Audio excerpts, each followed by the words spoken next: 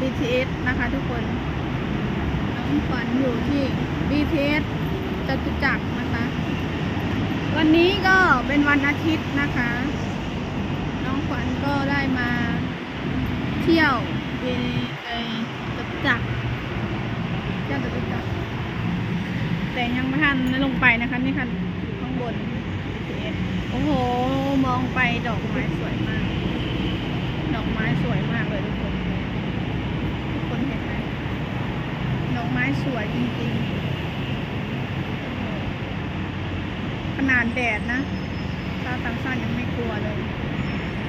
โอเคนะคะทุกคนเดี๋ยวน้องขวัญจะพาลงไปนะตอนนี้ก็ได้นัดเพื่อนไว้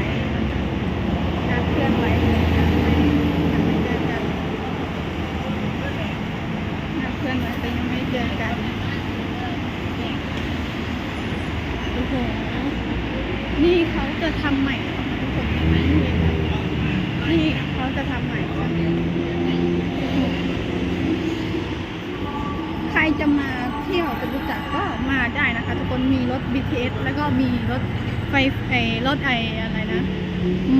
รถเมล์เนาะนี่รถเมล์มีทุกสายนะคะทุกคนมีทุกสายให้ความสะดวกสบายมากมีทุกสายเลยความสะดวกสบายประเทศไทยสะดวกสบายประเทศไทยมีอยู่ที่ประเทศไทยเท่านั้นนะคะทุกคนอยู่ข้างบนนั้นก็จะเป็น BTS นะคะทุกคนน้องขวัญลงมาแล้วเมื่อกี้ก็ลงมาข้างล่างนะคะโอ้โห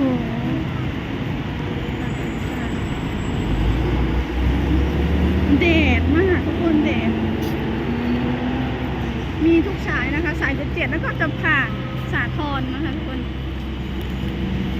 สาย77ก็ผ่านสาทรมีทุกสายเลยสะดวกสบาย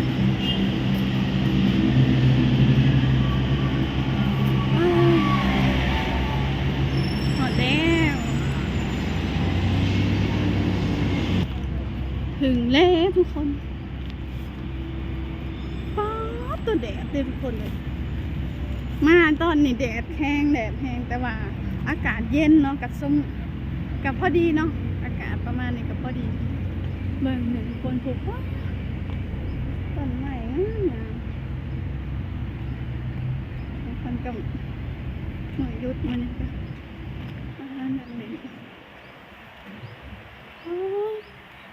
อากาศดีแท้นี่ทรงผมไปมัด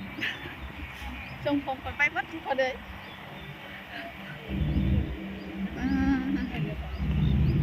เพิ่นจัดงามต้นใหม่เพิ่นจัดงามเลยทุกคนเป็นข้างหลังทรงผมไปเบิดเลยต้นไม้ก็เจ้าจัดงามนะทุกคนเห็นบ่คือแบบว่าโอ้โหนู่นต้นไม้ดอกไม้อีหยังนะบานงามดิไปเบิ่งกัน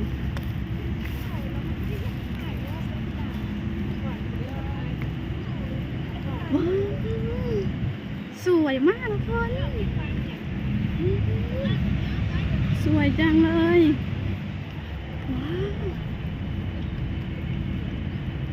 สวยจังป้า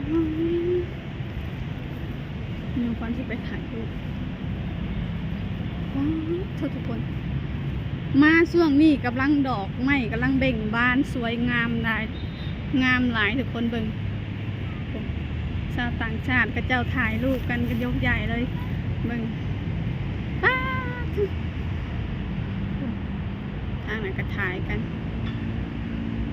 งามทุกคนงามใครอยากมากับมาเด้อวันอาทิตย์เนาะส่วนจตุจักรอากาศแบบนี้กำลังแบบโบฮ้อนเนาะอากาศเย็นๆสิก็กำลังดีเนาะทุกคนเนาะ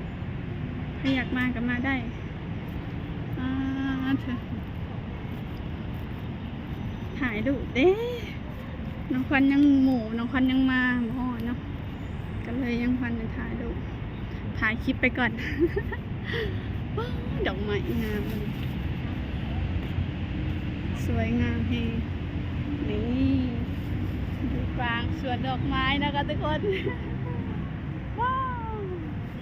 สวยมันคือดอกอีหยังของคนดูมันคือดอกอีหยังโอ้โหคือกันว่ามันคือดอกอีหยังแต่งามแฮงทุกคนงามแฮงว้าวมีหมองหนังหลินอีกได้เนาะอ้าบรรยากาศแบบธรรมชาติแฮงอันนี้สวยงามตอนนี้น้องพานก็อยู่นี่ ในสวนจตุจักรนะคะใครมาก็เจอได้เด้อพักได้เด้อบนยิงเด้อโอเคทุกคนในคลิปนี้นะฟันจะจบไปเพียงจำนี้ก่อนเด้อจ้าเด้อเดี๋ยวพบกันใหม่คลิปหน้าจ้าขอกล่าวคำว่าสบายดีสวัสดีค่ะ